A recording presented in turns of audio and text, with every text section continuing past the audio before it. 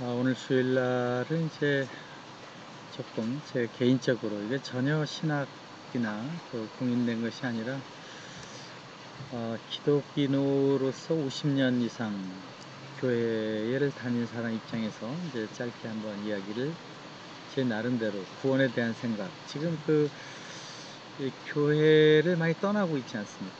이제 특히 가난한 젊은 사람 떠나고 있는데, 저는 어떻게 크리스찬으로서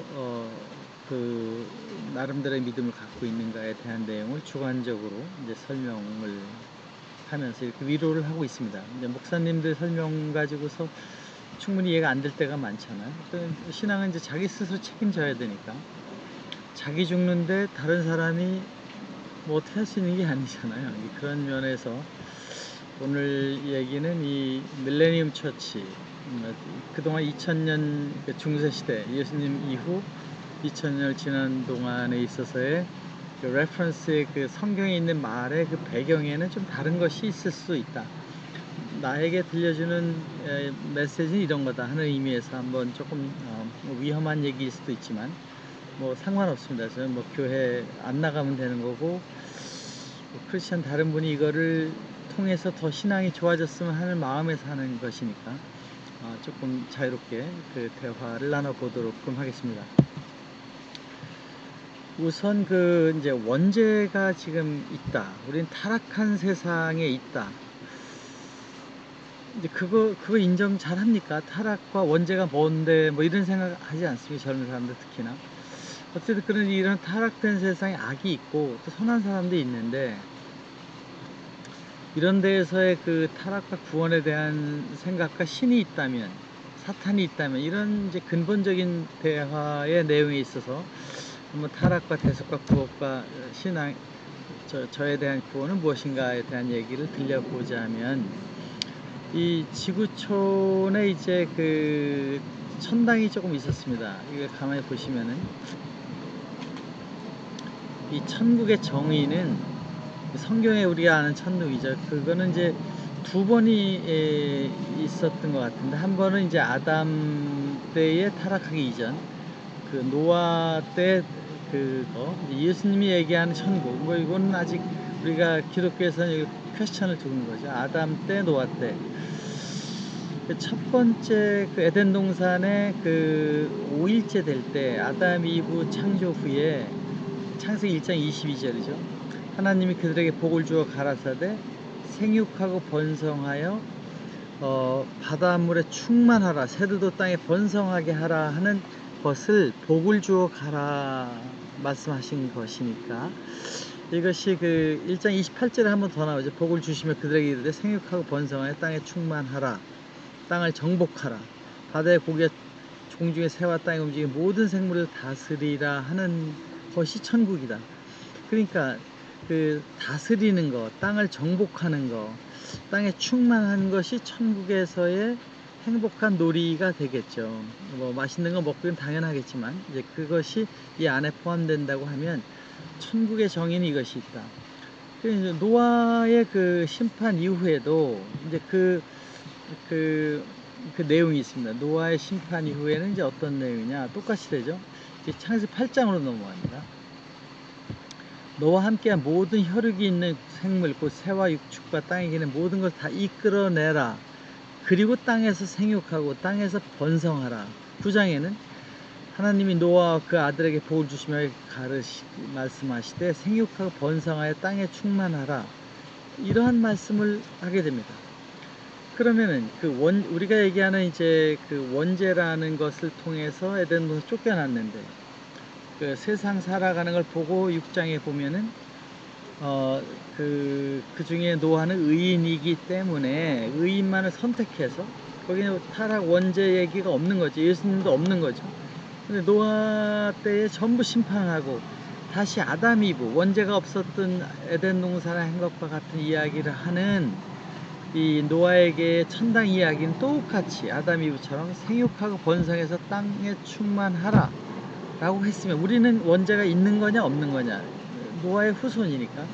그럼 이제 원죄 정의가, 뭐 원죄라는 건 성아 아우구스투스가 그 성경에 있는 한 사람으로부터 죄가 기인하여라는 말에서 근거를 해서 이제 신약에서 특히 신학에서 우리 그 기독교 신학에서 나오는 단어죠. 원죄, 오리지널 신이라는 것이. 근데 이것은 이제 종교적인 체제와 툴을 위해서 하는 것이라고 보면 우리가 정말 앱솔루트 신으로 얘기하고 있을 때에 타락과 그 구원을 연결해서 소위 타락이 조건에 의해서 선악과를 먹은 것에 의해서 그 노아 때는 그 벌거벗은 몸을 보고 부끄럽게 생각한 것 때문에 이건 너무 어떻게 보면은 현대 그 신학자들은 인정할지 모르지만은 우리 같이 그 기독교인으로서는 퀘스천이 많은 부분이죠. 이런 부분이. 그런데 이것은 이제 이 창세기에 나오는 이 노아 시대의 원죄론과 그 타락과 심판 새로 나온 것을 볼 때 우리는 심판이 있은 이후에 자손이니까 노아의 후손이죠. 노아의 후손이라는 성경적인 해석을 통해서 인류가 나왔다고 하면 이 인류에게 선악과의 얘기는 어떻게 되는 것이며 심판을 통해 구원이 됐는데 다시 타락할 수 있다면 예수님이 와서 또 구원이 되고 그것이 됐을 때 또 다시 이런 그 구원과 심판의 얘기가 될 수 있다는 식의 얘기와 논리가 계속되니까 여기에 이제 여러 가지 논쟁이 복잡하게 진행이 될 수 있다는 것입니다. 그래서 저는 이제 재림에 대해서 예수님이 넘어오는 거죠. 그 노아로부터도 또 잘 안 됐어요. 예수님이 와서 구원을 아들이 왔는데도 또 안 되고 이제 조건부로 십자가로 가시면서 대속의 과정을 통해서 구원된 게 아니라 대속은 조건부다. 어떤 조건부냐? 믿으면 구원된다.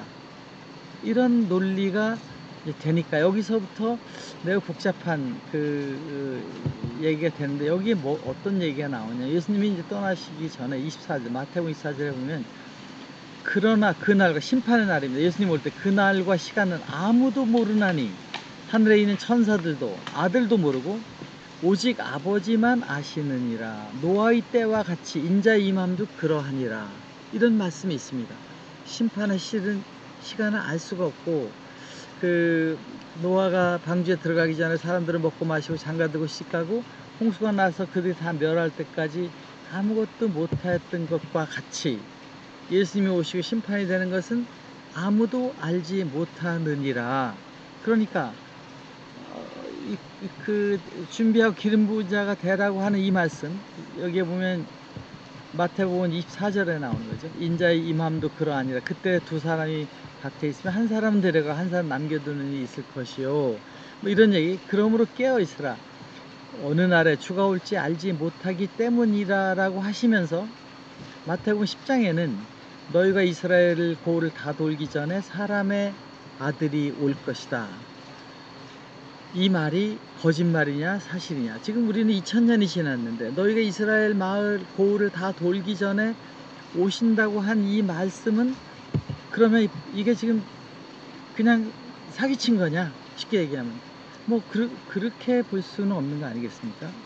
그러니까 저는 예수님이 다시 나타나시잖아요. 이제 부활하시고 나서 나타나셨을 때 이제 마지막 복음, 4대 복음 뒤에 보면 항상 약간은 클리어하지 않지만 그분이 예수님이 오셨었구나 이렇게 생각하는 대목들이 나오잖아요. 거기에 예수님은 영적으로 오셨다. 우리가 지금 뭐 양자역학이다 또 심령학이라 이런 데서 나타날 때에 영적인 성령같이 오고 임하는 것을 느끼는 이것이 지금 조금 더 수준이 높은 심령학이나 뭐 우리가 소위 초능력자들이나 혹은 무당 같은 사람도 그렇죠. 뭐 동자승이다 이렇게 얘기하는 것처럼 신의 세상에 대해서 우리가 아직 알려지지 않은 많은 것에 볼 때에 영적인 합일 상태가 우리가 깊은 마음속에 들어갔을 때 그걸 환상도 보고 하고 되는데 그런 세계에 있는 것 같이 영적으로 우리 성령의 역사로 올 수도 있기 때문에 이 부분의 해석을 우리는 예수님이 임하신다 온다는 거를 이미 그때부터 와 계시다 라고 저는 믿고 싶고 그 예수님이 오셔서 함께 대화하고 나누고 있음에도 불구하고 우리는 그걸 느끼지 못할 수도 있잖아요. 이 세상의 역사가 일어나는 게 우연히 일어나는 것 같지만 그것이 아주 과학적이고 논리적으로 일어나고 있는데 그것을 그 우연으로 생각하고 있는 사람이 있고 또 그것이 하늘의 역사라고 보는 사람이 있을 수 있다고 보면 세상에 일어난 피직스, 이랬으니까 저게 생긴다, 양자역학의 끌어당김의 법칙과 같이 일어나는 그 모든 것이 사실은 신의 역사와 우주의 비밀에 의해서 일어난다고 보면 예수님의 임하심을 아는 사람과 못하는 사람, 우리가 구원해서 하나님의 길을 가는 사람과 아닌 사람, 물론 저는 그렇게 되지는 않았죠. 그럴 거 있을 것 같다는 생각을 하다 보니까 우리가 이 대목, 적어도 성경을 믿는 사람의 입장에서 그 하나님이 우리가 이스라엘 돌기 전에 오셨다는 것은 그 성경에 있는 것처럼 오셔서 같이 아주머니들하고 같이 걸어가고 식사도 하다가 떠나고 나서 보니까 아, 그분이 예수님이었더라 느낀 것처럼 우리도 그 대목에 부활의 의미를, 지금 우리가 아무도 심판될 때 막 휴거가 돼서 총을 쏘고 다니면 다 알잖아요. 그렇게 되지 않는다고 써 있기 때문에, 그렇다면 이것을 성경을 맞는 내용으로 해석한다면 어떻게 봐야 되느냐, 저는 예수님을 발견하고 대화하고 가는 사람들은 그 재림을 느낄 수 있는 것이 되기 때문에 이 말씀을 하셨다, 이렇게 보고 있고, 특히 이게 전체적으로 지구촌 전체로 4차 산업혁명, 이거 다 신이 만든 거 아닙니까? 엄청난 그 인공지능까지 와서 지금 가고 있는 이런 시대에 이 우주여행선을 얘기해 퀀텀 통신이 일어나고 인공지능이 생기고 멀티버스라는 게 과학으로 증명되는 이 시대에 있어서의 내기에 이 천국의 메시지를 우리는 조금 다르게 봐야 된다. 그 천국에 대한 정의를 다시 한번 살펴보면 마태복음에 예수께서 비로소 전파하여 가라사대 회개하라 천국이 가까웠느니라 하면서 천국을 정의하는데 5장 3절에 보면은 심령이 가난한 자는 복이 있나니 천국이 저희 것이며, 천국이 심령이 가난한데 천국이 저희 것이라고 하는 것이 이거 그냥 뭐 대충 하는 얘기냐 아니면 진짜냐 그거예요. 우리가 성경을 심각하게 다르게 보면 천국에 가는 사람들은 심령이 가난하게 천국을 느끼는데 천국이 추상명사 같은 거니까 그것을 그런 평안한 상태, 그 팔정도에서는 이제 정념 정상태로 가잖아요. 그 상태, 그 평안한 상태로 가고 있는 천국. 가난하니까 자기 기준이 100원이 있어도 행복하고 1000원이 있어도 행복한 사람이 됐을 때 천국이 자기 것이며, 온유한 사람이 됐을 때 기업을 갖는 풍요로움을 가지고 의에 줄이고 목마르 의로운 일을 가는 사람은 항상 자기 스스로에게 배가 부를 것이며, 마음이 정결한 자는 복이 있나니 하나님을 볼 것이다. 마음이 정결한 신을 발견할 수 있다고 했고, 화평한 자는 하나님의 아들이라 일컬음을 받으리라. 하나님의 아들이 오신다 그랬잖아요. 그런데 저희가 하나님의 아들이라는 일컬음을 받는다. 아들의 일컬음은 아들이 된 거 아니겠습니까? 의를 위해 핍박받는 자 복이 있나니 천국이 저희 것이다.